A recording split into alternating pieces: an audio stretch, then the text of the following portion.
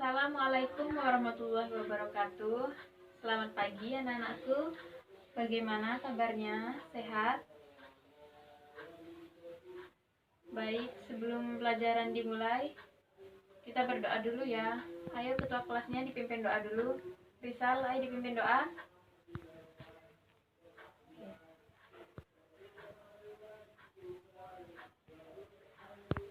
Terima kasih. Jadi hari ini Ibu di sini akan menjelaskan tentang penerapan komunikasi bisnis. Mungkin dari kalian ada yang masih ingat tentang materi yang kita bahas minggu kemarin? Yang tidak jauh dari bisnis ya.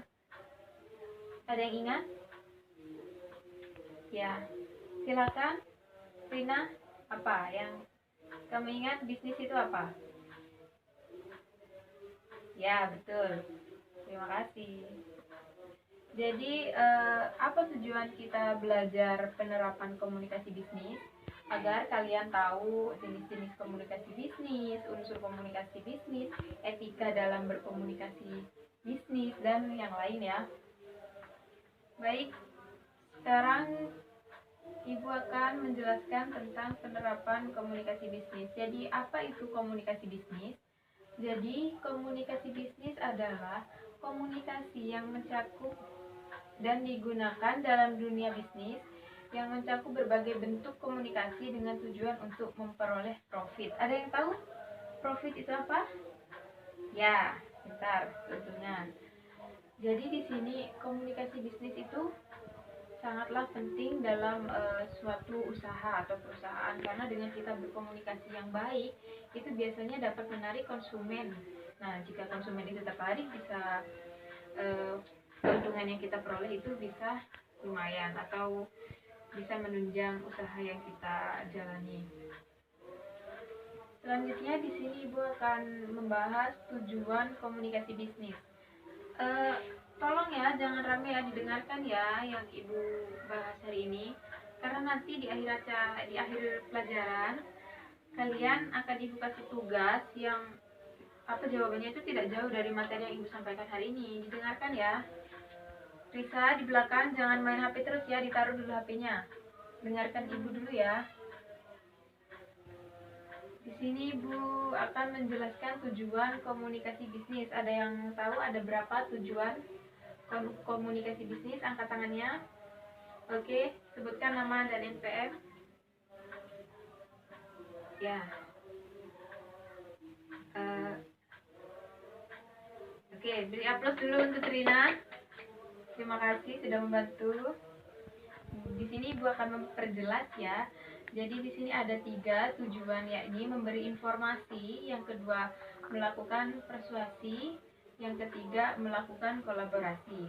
Yang pertama memberi informasi atau informing. Jadi di sini tujuan komunikasi bisnis memberi informasi tentang perusahaan kepada konsumen, baik itu berupa informasi tentang profil, produk maupun kegiatan yang dilakukan perusahaan. Nah, jadi di sini tujuan yang pertama itu membahas tentang memberi informasi atau menjelaskan apa yang kita jual, seperti apa proses dalam usaha kita dan lain-lain.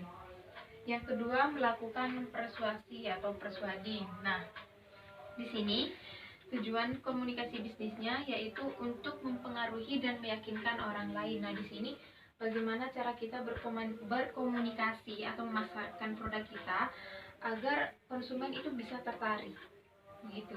Kalau kita pintar dalam berkomunikasi, menawarkan produk yang kita jual, nah di situ nanti konsumen itu akan tertarik dengan produk yang kita usahakan atau yang kita buat. Yang ketiga, melakukan kolaborasi. Sudah tahu kan, kolaborasi artinya kerjasama. Nah, di sini jika ada yang ingin atau mau bekerja sama dengan usaha yang kita buat, di situ adalah titik atau salah satu tujuan yang diinginkan dalam usaha. Karena apa? Karena jika kita sudah menemukan partner atau bisa berkolaborasi dengan perusahaan atau orang lain, di situ usaha kita bisa jadi akan semakin melejit dan berkembang. Baik, selanjutnya Ibu akan membahas tentang bentuk dasar komunikasi. Ada yang tahu seperti apa bentuk dasar komunikasi? Ada berapa? Dibuka ya, ayo dibuka bukunya anak-anak. Halaman 26 biar kalian lebih jelas atau lebih paham. Dibuka bukunya. Ayo Vina, dibuka bukunya dulu. Baik, di sini bentuk dasar komunikasi ada dua. Yang pertama, komunikasi fair. Fair, ada yang tahu nggak apa? Verbal ya. Yang kedua jelas ya, komunikasi non verbal. Jadi di sini komunikasi verbal itu adalah suatu bentuk komunikasi kepada pihak lain melalui tulisan atau lisan. Contohnya saat kita berpresentasi, nah seperti Ibu sekarang menyampaikan materi yang Ibu sampaikan kepada kalian. Nah ini salah satu contoh komunikasi verbal. Yang kedua, komunikasi non verbal. Nah namanya juga non ya, artinya di sini komunikasi yang memiliki sifat kurang terstruktur sehingga sulit untuk dipelajari karena biasanya komunikasi nonverbal ini terjadi secara spontan. Contohnya seperti kita memberikan kode lewat gerak tubuh atau warna, karena setiap orang kan kadang kalau kita memberi respon atau memberi kode lewat gerak tubuh kan setiap orang mengartikannya berbeda-beda. Jadi yang kita sampaikan, yang ingin kita sampaikan kepada komunikan itu terkadang tidak sesuai dengan apa yang kita inginkan. Baik, selanjutnya apa? Ada yang tahu selanjutnya? Ya, unsur-unsur dalam proses komunikasi. Ada yang tahu ada berapa? Ada berapa unsur? Rizal bisa jawab, ada berapa unsur? Lihat di bukunya ini loh nak. Halaman ya, baliknya ya 28. Coba dibaca dulu. Pintar. Yang pertama ya komunikator. Ya, yang kedua komunikan. Lagi yang ketiga pesan. Yang keempat tanggapan. Yang terakhir gangguan. Ya, pintar Rizal. Didengarkan nak ya, biar nanti bisa jawab tugasnya Ibu kasih ya. Jangan ramai ya, didengarkan ya. Baik, di sini selanjutnya Ibu akan menjelaskan unsur dalam proses komunikasi. Tadi yang disebutkan Rizal itu sudah pas dan tepat. Sekarang di sini Ibu akan menjelaskan yang pertama komunikator. Komunikator tahu apa? Kalian ada yang tahu apa itu komunikator? Ya, komunikator adalah orang yang menyampaikan pesan, gagasan atau ide dalam apa yang akan kita lakukan dalam usaha. Pintar. Yang kedua komunikan. Nah, komunikan itu lawannya tadi komunikator. Komunikan adalah orang yang menerima pesan. Pintar. Yang ketiga pesan. Nah, pesan itu adalah gagasan atau ide apa yang disampaikan kepada komunikan. Nah, biasanya dalam pesan ini kalau dihubungkan dalam proses komunikasi itu biasanya yang ada atau isinya di dalam pesan itu adalah pemasaran atau juga bisa keuntungan apa yang akan kita dapat jika kita bergabung dalam bisnis tersebut. Yang keempat tadi apa? Ya benar, tanggapan atau respon. Nah di sini umpan balik atau kita melihat tanggapan para konsumen itu seperti apa kepada kita. Jadi unsur yang terakhir yaitu adalah apa? Ya benar, gangguan. Gangguan itu adalah hambatan yang kita alami saat proses berkomunikasi. Sudah biasa kan pasti dalam suatu aktivitas kita pasti akan mendapat hambatan. Baik, selanjutnya Ibu akan membahas jenis-jenis komunikasi bisnis. Ada yang tahu ada berapa jenis komunikasi bisnis? Ayo, bisa jawab nggak kamu, Krisna? Jangan bercanda terus, didengarkan Ibu ya. Ya, ayo dibuka bukunya. Dibaca yuk itu. Halaman 29 itu jenis-jenis komunikasi bisnis. Ya, dijawab. Ya, ayo dijawab. Yang pertama, komunikasi internal ke atas.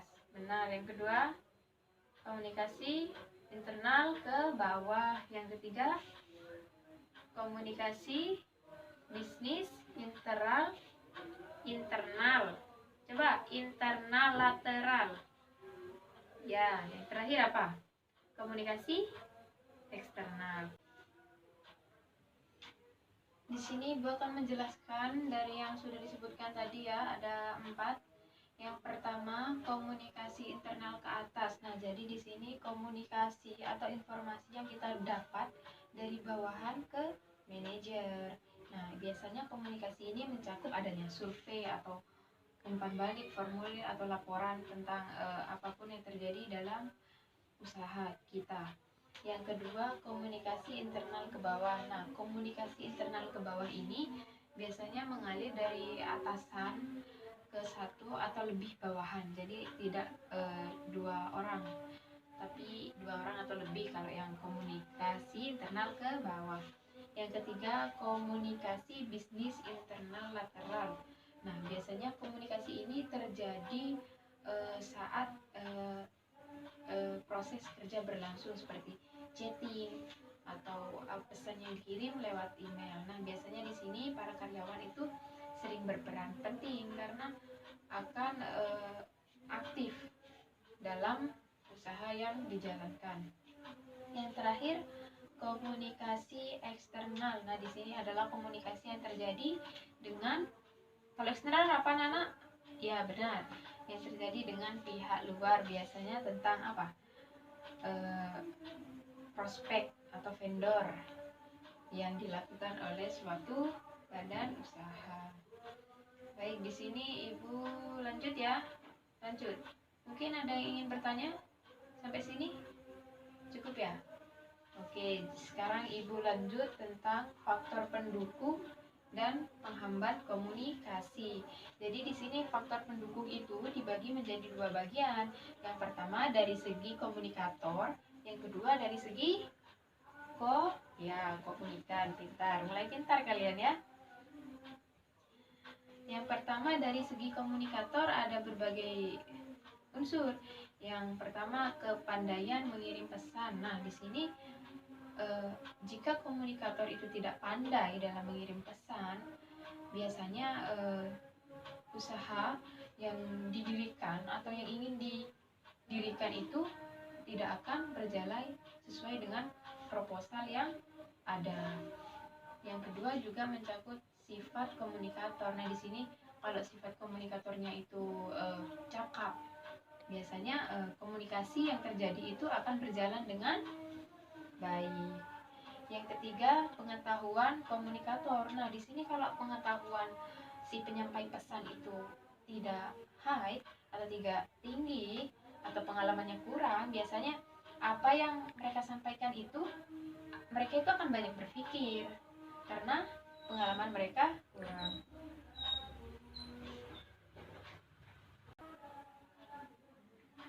Yang keempat, lahiriah komunikator yang menarik. Nah, lahiriah ini bisa mencakup dengan badan atau body kalian yang menarik atau tidak.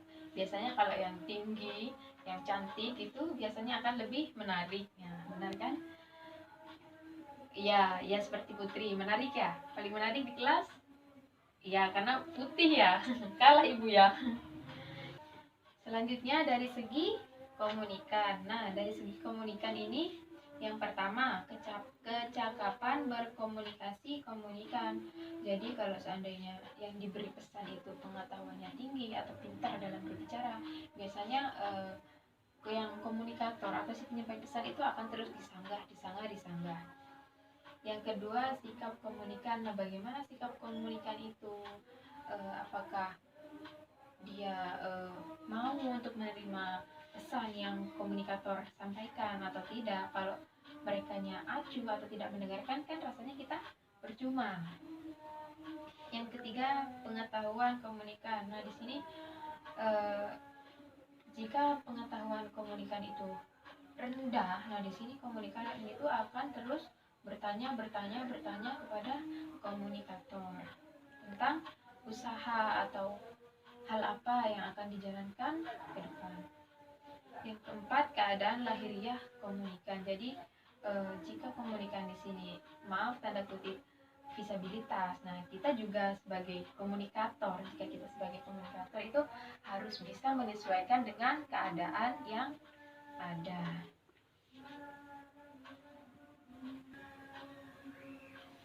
Selanjutnya, faktor penghambat. Ibu mau siapa? Ada yang mau membantu Ibu membaca tentang faktor penghambat? Ada berapa itu? Banyak ya? Siapa yang mau bantu Ibu baca? Ya, ya silahkan. Ya, Aska, ya nak. Ya, dibaca dulu yuk.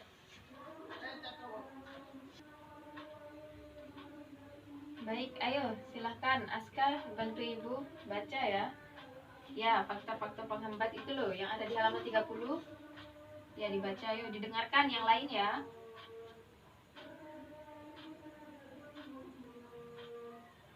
Baik, terima kasih sudah membantu ya Aska. Siap, nanti Ibu catat kok yang berani atau aktif dalam pembelajaran Ibu, pasti nanti Ibu nilainya berbeda dengan yang pasif, ya enggak? Baik, di sini Ibu akan membahas tentang faktor penghambat. Yang pertama, kurang cakap. Kurang cakap di sini artinya si komunikator ini kurang pandai atau kurang pintar dalam menyampaikan memasarkan produk yang mereka jual. Yang kedua, sikap yang salah. Nah, di sini biasanya sikap yang salah itu faktor atau gaya tubuh dari si penyampai itu tidak disukai oleh si pendengar atau komunikan. Selanjutnya, kesalahan penggunaan bahasa. Nah, di sini kesalahan penggunaan bahasa itu seperti contohnya, kalian melakukan pemasaran di daerah Bali, tapi yang kalian berkomunikasinya dengan pakai bahasa Madura. Itu kan nggak nyambung gitu ya. Jadi kita harus menyesuaikan juga dengan keadaan. Yang terakhir, berlebihan dalam berkomunikasi. Nah, di sini biasanya jika kita berlebihan dalam berkomunikasi itu juga tidak akan disukai oleh penerima informasi karena dianggap berlebihan, tidak baik atau terlalu gimana gitu ya. Baik, materi yang terakhir di sini Ibu akan membahas tentang etika berkomunikasi dalam bisnis. Bicara soal etika, siapa sih yang nggak tahu tentang etika ya? Etika itu sangat penting nak dalam hal apapun. Nah, di sini yang kita bahas etika berkomunikasi dalam bisnis. Jadi membahas bagaimana cara kita menyampaikan apa yang kita pasarkan atau mengajak orang lain bekerja sama itu seperti apa gitu.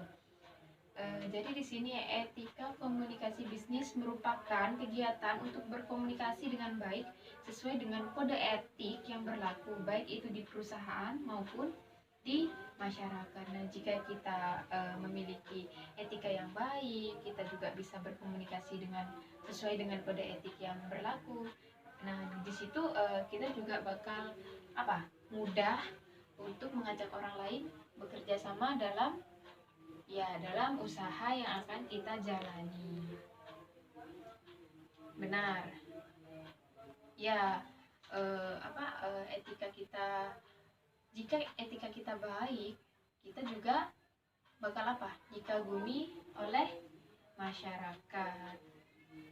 Ya, kalau kita pinter atau etika kita baik, itu sudah plus nak. Itu nilai plus buat kita kalau melamar kerja, enak juga kalau sudah pinter, terus etika kita baik, kita tahu sopan santun, tahu cara berkomunikasi yang baik, itu sudah enak. Ya, itu sudah nilai plus biasanya buat perusahaan. Ya. Baik, cukup sekian materi yang bisa Ibu sampaikan hari ini. Jika ada yang mau bertanya, angkat tangan. Ada yang mau bertanya tentang materi yang Ibu sampaikan hari ini? Tidak ada ya? Cukup jelas ya tentang materi hari ini?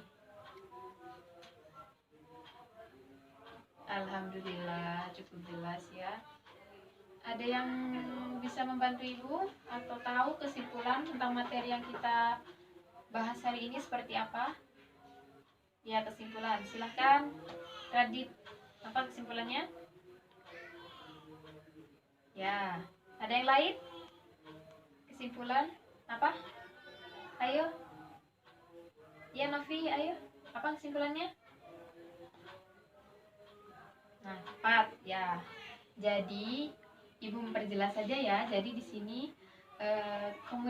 komunikasi bisnis adalah sasaran utama atau tiang utama untuk memulai suatu bisnis. Karena dengan komunikasi yang baik bisa membuat semua agenda yang telah direncanakan berjalan dengan baik dan sesuai proposal yang kita ajukan sebelumnya. Jadi, jika kita memiliki etika atau cara berkomunikasi yang baik, di sini ya apa yang kita rencanakan itu semuanya akan berjalan dengan baik. Oke, cukup sekian. Oh iya, sebentar, Ibu mau kasih tugas ya. Enggak banyak tugasnya, cuma menjawab pertanyaan aja. Dijawab, dikumpulkan minggu depan ya.